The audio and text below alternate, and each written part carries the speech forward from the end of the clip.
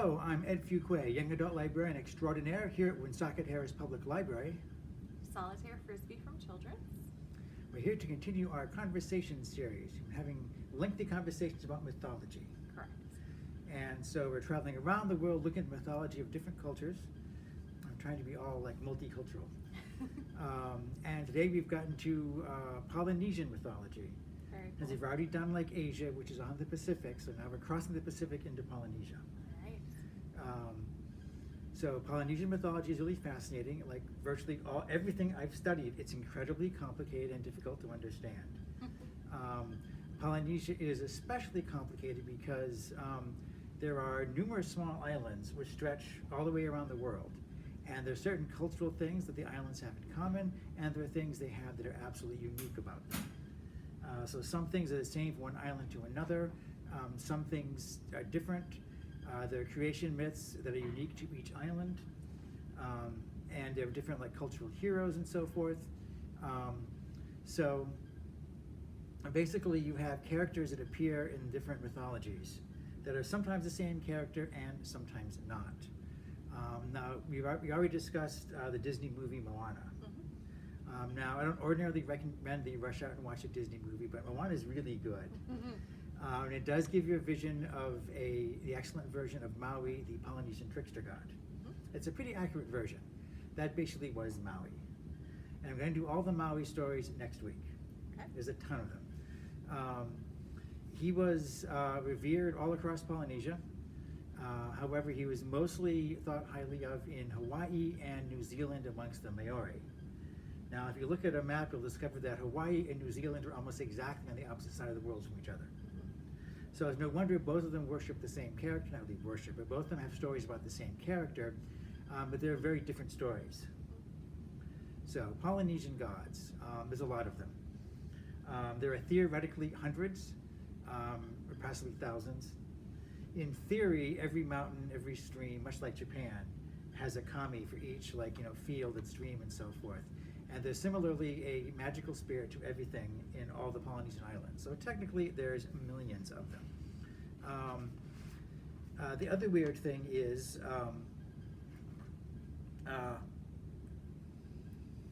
that although we use the word God, a lot of times they don't really say that. There's a Polynesian word, paua, which basically it was translated by Disney as demigod. Okay. Which isn't a bad translation, but in the Western world we think of demigod as being someone who's part god and part human. And a paua was essentially a magical person, a person who had special and unique powers, including powerful enough to throw stars into the sky and pull up oceans from the bottom of the sea. But technically he's just a human being. It's almost like the Incredible Hulk or something. He can do absolutely impossible things, but he's not technically a god. The only real gods they have, in theory, are the ones that created the universe. So they had a mother and father creator god who were the sky and the earth, as we often see, and they came together to produce generation after generation of little godlings. And then mankind was created. The breath of life brought a little clay figure to life, exactly as it happens in several other mythologies that we've discussed. Originally, the earth and the sky loved each other so much that they couldn't stand to be apart. So as a result, the sky was like crushing down on the earth all the time. So all the trees were flat in the ground. Everybody had to crawl around because there wasn't enough space to actually stand up in. So the gods that they had created got kind of tired of this. They decided to do something about it. The god of war Ku, or Tu, also known as Tumat Avenga in New Zealand, decided, well, just kill them. The other gods said, no, that'd be a bad idea. So they eventually got together and they were able to force the two of them apart. There's also a story about Maui doing it, though. Okay. So your mileage may vary in that particular myth. But ultimately, you had gods, you had people, and they interbred with each other as they do. Some gods are really actively worshipped with sacrifices and temples and things like that, and some gods are revered but not worshipped. And some of them seem. What kinds of sacrifices? Animal sacrifices, and apparently at one time human sacrifices, although the records of that almost don't exist. In Polynesian mythology, They often have stories that, like, the people on the other island whom they hate and are fighting against are cannibals that will kill you and eat you. But their people have never done that. And every single island says that about the other islands. So whether any of them are right or whether all of them are right at some point, no one really knows. There's almost no doubt there was some human sacrifice in Polynesian history, but there's no written records, and the oral records don't really mention it. Okay. So Polynesian mythology, unfortunately, like a lot of things, when people from Europe found them, they basically exterminated the way of life that people had, frequently very brutally. Missionaries arrived to convert them, and they were literally not allowed to practice their native religions under pain of death or imprisonment. Hawaii, we have more myths from than anywhere else, partly because by the time the West took over Hawaii, ethnographers were already searching the globe trying to find folktales, because the Brothers Grimm had made it really popular in Europe. So you had anthropologists who were running around trying to find stories at the same time they were being converted away from their native religion. But a lot of them were preserved and saved. That and the Maori are the ones that we have the most of. A lot of other ones like Easter Island, they had their own mythology, it was different than anybody else's, but there aren't enough of it left to really do much of a comparison. Mm-hmm. So, tons of gods. Some of the famous ones are Lono, the Hawaiian god. He was the god of agriculture. He's very revered. He's most famous for introducing the makahiki, which was a huge, like, ceremonial rite. The makahiki was a harvest festival. They did it every year for about 2 months. And during that time, you weren't allowed to go to war. All wars had to stop during the makahiki. So he was a very popular god, needless to say. And during that time, they had sport events. People would party a lot. There's all kinds of, like, wild craziness going on. It was like a Mardi Gras that lasted 2 months, apparently. In fact, the high priest was ritually blindfolded during this time, so he wouldn't see all the transgressions that were going on against the rules. I seriously doubt they kept the poor guy blindfolded for 2 months, but, you know, that was the theory anyway. There was lots of singing, lots of dancing, lots of sports, lots of hanky-panky going on. So it was a great time of year for them. And they still practice a version of it today. It's Aloha Days in Hawaii, is what remains of that, you know, ancient festival. There is the goddess Hina, who you encounter a lot in Polynesian mythology. And the reason you encounter her a lot is she's either like all goddesses or she's several different goddesses. And a couple of them are probably mortals who happen to be named Hina. Hina translates as young woman in Hawaii. So it was like a generic name to give to any goddess. She is in some stories the creator goddess. It's like their version of Gaia, but not always. There is, for instance, someone named Hina who in some versions was the mother of Maui. And there's another Hina who was Maui's wife. Probably not the same one. Mm-hmm. But, you know, the stories about her get kind of muddled only because she's everywhere and she does everything. The other two interesting gods are technically one god. This is where it starts to get tricky. Now, I ran across a god named Kanaloa, who was the god of the underworld. He's the god of darkness and death, the place where your spirit went after you died. Not really an evil god per se. He's kind of like Pluto in Greek mythology, or Hades when we get there. And there's also Tangaroa, who was the god of the sea. He created all the fish. He taught people how to, like, catch fish and protected boats during storms and so forth. He's also sometimes represented as a giant octopus. Octopus being probably the weirdest and creepiest thing they saw in the ocean, so they made him a god. Tangaroa, it was, again, not a bad god, but at the same time, you can never really know the sea, no matter how much time you spend on it. It's very unpredictable. However, these two gods are actually in a lot of ways the same god. Their stories are interchangeable in different islands. Some of the Kanaloa stories on Hawaii are Tangaroa stories. Mm-hmm. And part of the reason for this is that the Polynesians believe that the underworld, where the dead go, is at the bottom of the sea. So to a certain extent, the god of the sea is the god of death. Cool. Yeah. Okay. Have you seen Moana? Yeah. Okay. In Moana, when they're going to the land of monsters, they fall down a huge hole, then they pass through water. Right. And they have to swim to the bottom of the water, and the place where the monsters dwell, which is the underworld, is literally located beneath the ocean. Yep. They have to fall through the bottom of the ocean to get there. So that was their underworld. In an earlier version of the script to Moana, it was referred to as the place where dead monsters go, which they cut for the final draft, but it's kind of evocative. All the Polynesian gods have 2 or 3 names, different names on different islands. Sometimes it's clearly the same god with different stories. Sometimes, you know, like Tangaroa and Kanaloa, they're maybe different gods. Who knows? I'm not an expert. It would take a real expert to go through this. The most famous god from Polynesia, apart from Maui, that we'll get to next week, is Pele. Okay. You know about Pele? I am not sure that I do. You probably do. But almost everyone has heard of her. She's the most famous god. She's the goddess of volcanoes. She's the goddess of volcanoes and lightning and storms, fire and wind. I like her already. Oh yes, she is a feisty person. She is extremely temperamental and hot-headed, shall we say. Yes, she's the goddess of fire, volcanoes. She started out with her sister, Namaka. They were living on another island far, far across the Pacific. The name of the island in Hawaiian literally means far away. So she comes from far away. And she had a sister named Namaka, who was the goddess of the sea. You will not be surprised to learn they did not really get along. So Namaka was very lucky and married a very handsome guy who was a powerful kahuna or magic man. And Pele got jealous of that. So she slept with Namaka's husband. But Namaka was the goddess of the sea and a storm goddess in her own right. So she became very angry and attacked Pele. It pretty much laid waste to the island they had grown up on.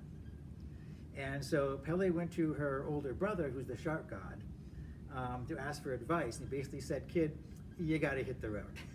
There's no coming back from this one. The shark god doesn't do anything else. The story isn't important, but I love the idea of a huge giant shark for your older brother. But he's not defender, so Pele is forced to flee, but she's pursued by Namaka all the way. So Pele paddles across the Pacific. She finds a spot that looks nice. She creates a volcano, and volcanoes, of course, create islands. But no sooner has she settled down with her new home than Namaka arrives. And Namaka immediately attacks with winds and waves and storms. And she either sinks the island completely, or she floods it out with rain. Sometimes they have a stalemate and Pele is forced to flee, leaving the island behind. Which is why there are thousands of islands scattered across the Pacific, almost all of them with volcanoes on them. Because that's what's left from the great chase between Namaka and Pele across the Pacific. So eventually they reach Hawaii. So she makes a couple of islands and then jumps to the next one. She finally notices that on the island of Hawaii, there is a very large volcano, the one that we call Kilauea. Now, Kilauea was the home of another volcano god named Ailau. He was called the Forest Eater because he would create waves of lava that would destroy all the forest if anybody tried to plant anything. He was not beloved by the people of Hawaii, who did not worship him very much. So when I first heard the story, I was really hoping there'd be a huge duel with the volcano gods. I totally want to see them hurling lava bolts at each other and everything. But actually, Aialoha apparently sensed he was a bit player in someone else's story. And so he took off. He disappears from Polynesian mythology completely. He packed his lava bags and headed off across the ocean and never to be seen again. But he leaves behind this gigantic caldera of Kilauea, this huge volcano. The largest active volcano in the world, still active to this day. So Pele makes herself at home there, needless to say, and it's where she currently lives.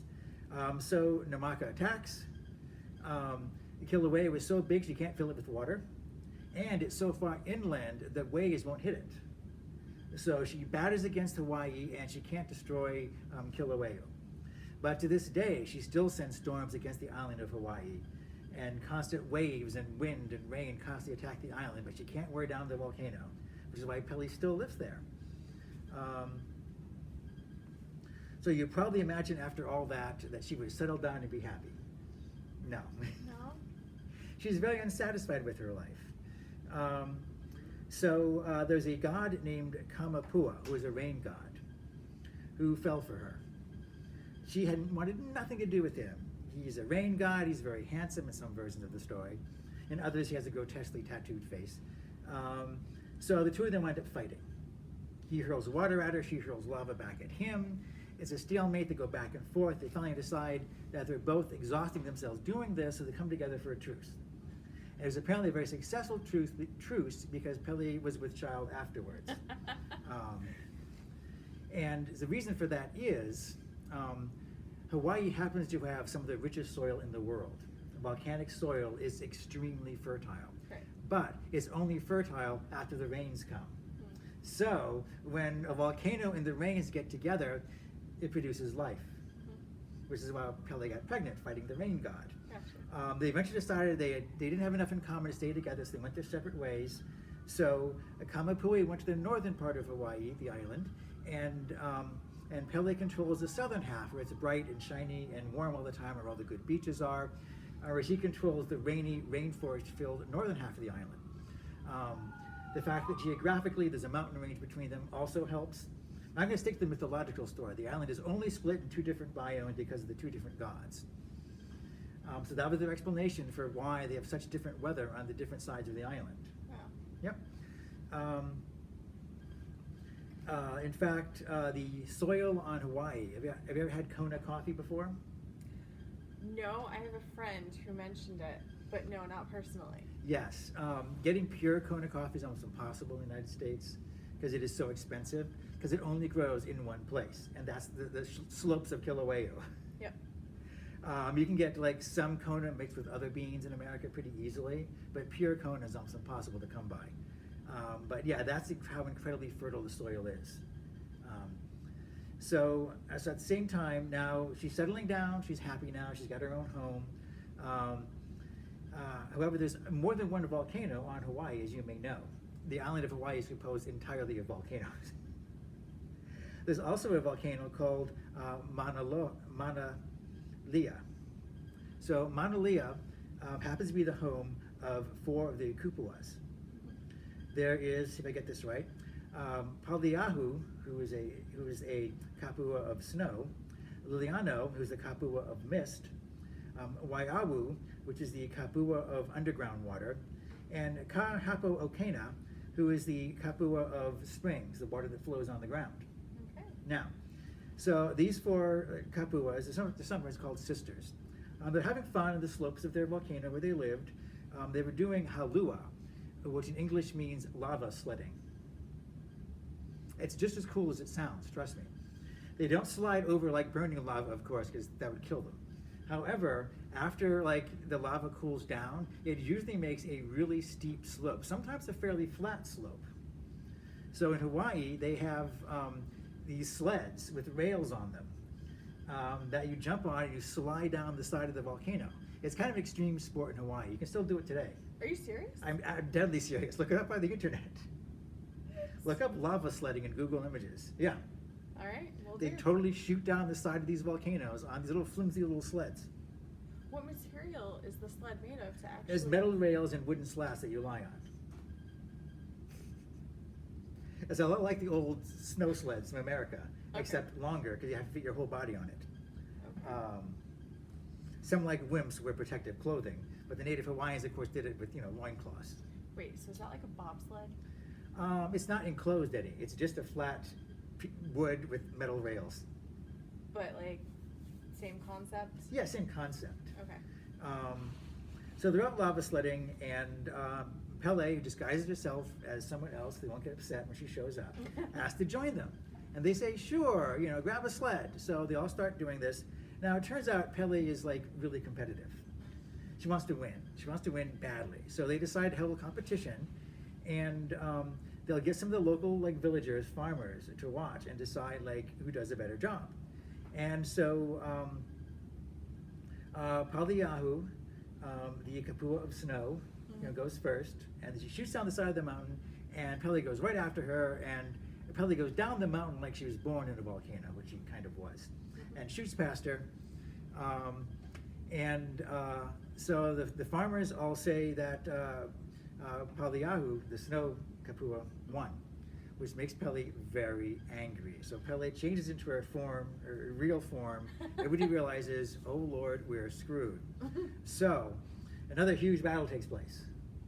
So you have them pitting snow and mist and underground water and surface water against Pele, who's fighting them off, changing it all into steam, heating them all up. They're fighting back and forth. And so they eventually realize that the only thing that they can do is, like the Avengers, join forces. Pele is too powerful for any one of them to defeat. By joining forces, they're able to overwhelm her. So they create so much like cold and mist and water that it coats the top of the volcano and with snow. And the snow renders Pele powerless, and she's forced to retreat and go back to Kilauea. But that's why to this day, Mauna Loa has a snow cap on it. Now, geologists say that the ice cap actually formed there while the volcano was active. So this is actually kind of, sort of a thing, if the island had been settled then, that people actually saw happen. Wow. Yeah. So Pele, unlike most Hawaiian gods who aren't very active today, she's actually very active. She lives in Kilauea, huge tourist attraction. Thousands of people go there every year. She takes on human form and wanders the island sometimes. Sometimes she shows up as an elderly woman. She'll be hitchhiking, or she'll knock on your door and ask you for food or something like that, and you should always give it to her. But things will be bad for you. You're living on a volcanic island. You definitely want to be on Pele's good side, since being kind to elderly people is a good idea anyway. That's again the powerful god disguising themselves to walk among mortals to judge them is the thing we'll see again and again in mythology. It's one of the recurring themes, since almost every culture has a be kind to strangers or be kind to elderly people story. But she also can take the form of a really super attractive young Hawaiian woman. And in that form, when she's in a certain mood, she'll wander the island looking for young guys and to get their companionship. And if you're a young guy, a tourist on vacation, and a gorgeous Hawaiian woman approaches you and seriously wants you, you should probably say yes, because Pele really doesn't take rejection very well. So unless you enjoy falling into a lava pit, just roll with it. But her most notorious activity today is that Kilauea was a national park. And it had big signs up not to take anything from the park. So she's placed a curse on anyone who takes anything from her domain. So if you pick up a rock or a leaf or something and bring it with you when you leave the island, bad things will happen to you. Take only pictures, leave only footprints. Yep. And you can tell the curse of Pele is still active because the Park Service gets hundreds of rocks back in the mail. People who really didn't believe it and took a rock with them when they went home and then had to mail them back later in the hopes the curse would be lifted. Absolutely true. The Park Service gets hundreds of rocks back in the mail every day that they dutifully go out and dump at the side of the volcano. What? People like to test her. I don't know. If I were in Kilauea, I would totally never touch anything. I'm not sure what to think about that. Yep. She's a great goddess. I would like to go explore. Yep. Yeah. Yeah, it's my brother lived in Samoa for a while, and he also lived in Hawaii. Right. He speaks Samoan very fluently, so we hung around with like the Samoan, entourage when he was in Honolulu, and he once went up to Kilauea in the middle of the night because access to the volcano is closed most days except to Hawaiians practicing their native religion. And so they invited him to come along with them. So he actually walked right up the slope of Kilauea, which today you're not allowed to do, which would be a very cool thing. Yeah. Oh yeah. So what do you think? What was the experience? It was amazing. Actually standing there in the edge of the caldera. It's the largest active volcano in the world, and it still erupts periodically. You mentioned that. Is there? I'm thinking of Yellowstone or something, but It doesn't have lava. Yellowstone doesn't have any lava. I thought underground it did. That there's a massive chamber. There's lava underground everywhere, technically. But this is on the surface. You can walk right up to it. Okay. And it erupts every couple of years. Okay. I forget when the last eruption was, but it's still an extremely active volcano. All right. So you can stand right there. Yep. Um, If you're lucky, you can get up there. Wow. but it's mostly forbidden to people. But to Hawaiians, it's a sacred spot. Very cool. And to a lot of tourists, apparently, too. All right, so next week we'll get to Maui, the great trickster god.